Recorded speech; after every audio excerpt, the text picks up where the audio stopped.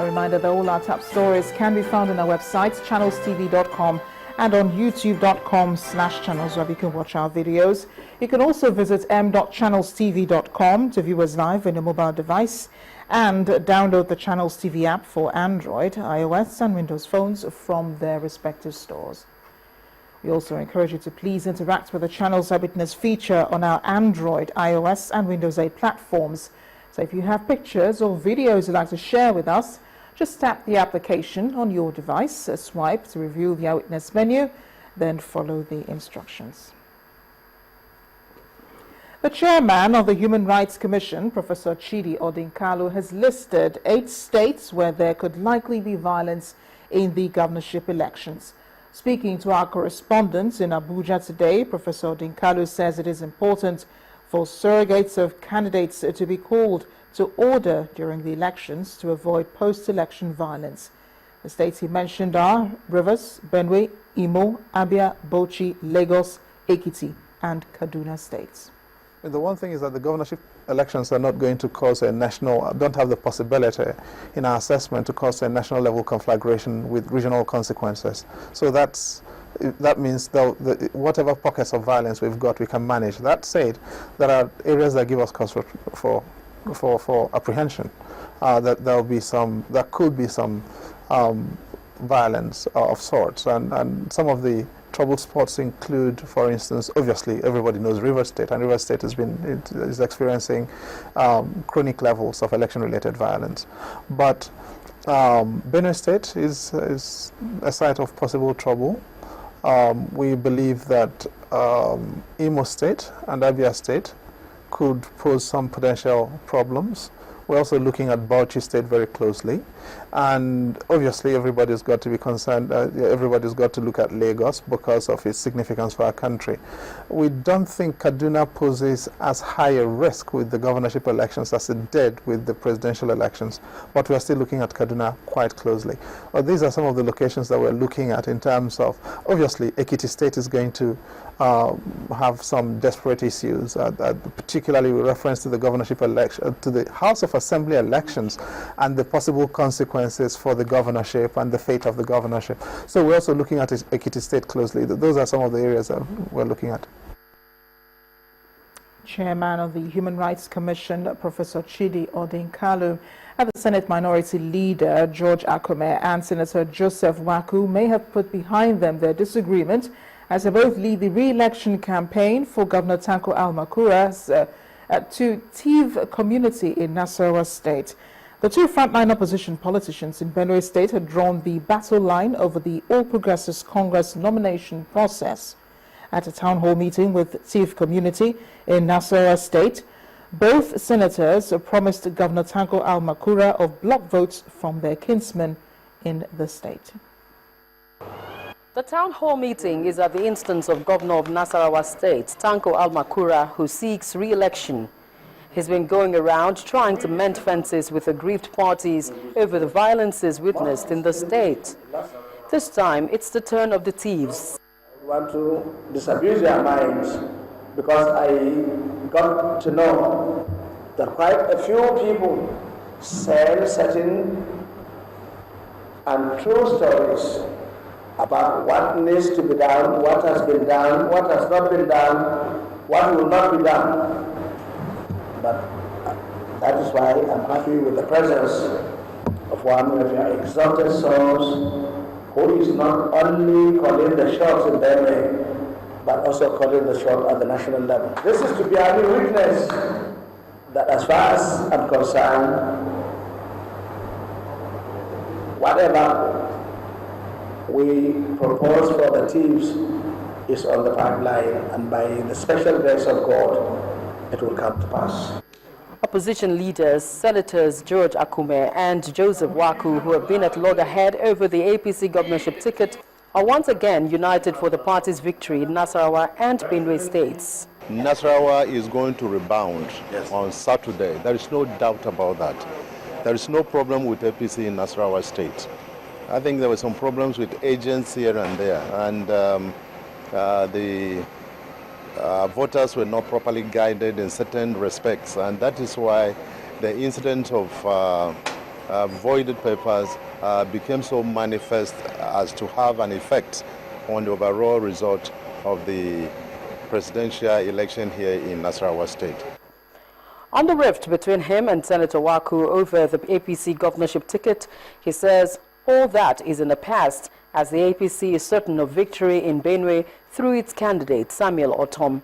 In every political process, you are bound to have some little disagreements, but they are not sufficient to destroy the system. Myself and Waku have collaborated in the past and will continue to work together. There's no problem whatsoever, and by the grace of God, on Saturday, Benue will fully be reintegrated in the progressive fold of the Nigerian political system. Though many other parties are contesting the governorship seat in Nasarawa State, but it is clear that the race will mainly be between the APC, PDP and APGA, which has the former Minister of Information, Labaran Maku, as its candidate. The presidential election may have ended, but there seems to have been a fallout from the exercise. In Rivers State, a coalition of political parties, including the All Progressives Congress, are alleging electoral fraud and have mobilized to INEC to demand the immediate removal of the resident electoral commissioner.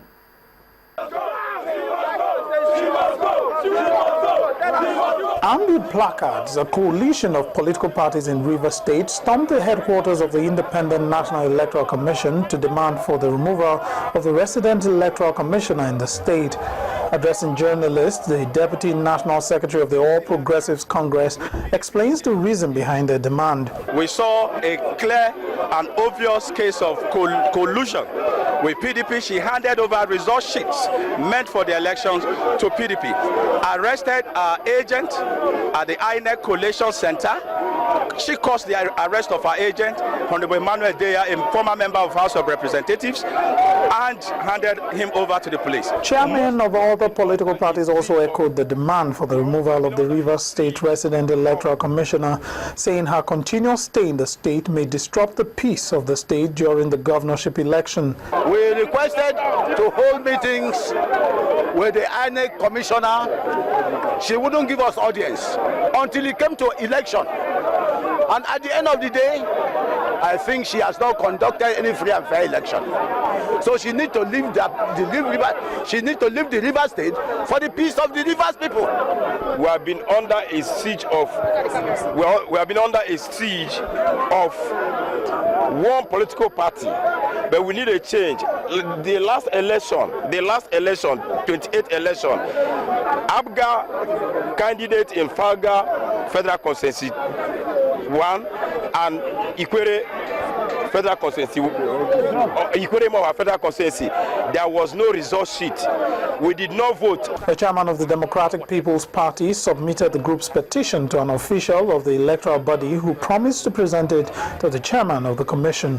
On behalf of the coalition of these political parties that want peace in Rivers State and want the progress of Rivers people, because they are our people. We are not strangers and they are not strangers to us. We've come to submit. In fact, the more reason why we gathered here, the essence of this gathering is to protect the removal of that particular lady. We are representing the chairman, and whatever we receive from you will be tabled on the table of the chairman and the member of the commission. The decision is the apex. After the submission of the petition signed by chairmen of 17 political parties in the state, members of the coalition sang and danced under the watchful eyes of policemen who were on ground to ensure the protest remained peaceful. In the meantime, the People's Democratic Party in Rivers State has criticized the ruling All Progressives Congress for calling for the removal of the resident electoral commissioner from the state. One of the party's leaders, Chief Atamuno, described the protest as a sign of fear on the part of the APC ahead of the governorship election. He said no matter who is sent from INEC to supervise in Rivers State, the PDP is certain of victory. The purported protest by a group of persons in Abuja against the resident electoral commissioner in Rivers State is being sponsored and coordinated by the APC. We in PDP are not scared at all. We even prefer Jaga himself to come and conduct that election. And we see how we floor APC down. Rivers State is a PDP state. Both night, day, rain, anytime, 24/7. So we are ready and prepared. No amount of propaganda, misinformation or falsehood is going to change the Rivers man to APC. And don't forget that even the so-called APC protagonists were members of PDP. Those that made the APC in Rivers State were members of PDP. It is just a negligible minority that left. And despite the fact that one of them, or the leader of the rebel group, is seems to be the governor, it doesn't make a difference. We're staying with the governorship elections coming up on Saturday. The people of Ihiala in Anambra State are protesting what they call daylight rigging and violence that, according to them, characterized the presidential election. During a solidarity protest at the home of one of their community leaders, the people said they raised an awareness in order to avoid a repeat of the irregularities. Residents of Ihiala local government area of Anambra State on a peaceful solidarity protest at the home of one of their own. They are aggrieved with the manner in which the March 28 presidential and National Assembly elections was conducted in their community. According to them, it was marred by violence and rigging. Ihiala local government is not happy that they suffer to vote somebody that is good and good enough to lead the local government, and the people we don't know came to steal the results. They started shooting at random, shooting people. That was what happened that day. This man, their community leader who was attacked, narrates his ordeal, but insists the people's vote must count. The shooting of my vehicle was there's no way you can describe that shooting as something that anybody that sees it knows that these people mean to kill everybody there. All I'm just saying is that if you stand for an election, allow the votes to count. If you lose, you've lost. If you win, you've won. And do not come to intimidate people. Don't come to intimidate people. Don't come to harass people. Don't come to shoot at people. It's just a few days to the governorship elections. The people are appealing that appropriate measures be taken to prevent a recurrence of violence and rigging and ensure that their votes count. When the news at 10 returns, stock market falls 2.2%, while the Naira falls 3% at the parallel market after the rally last week and the Easter break. That's the business news. Please join us again.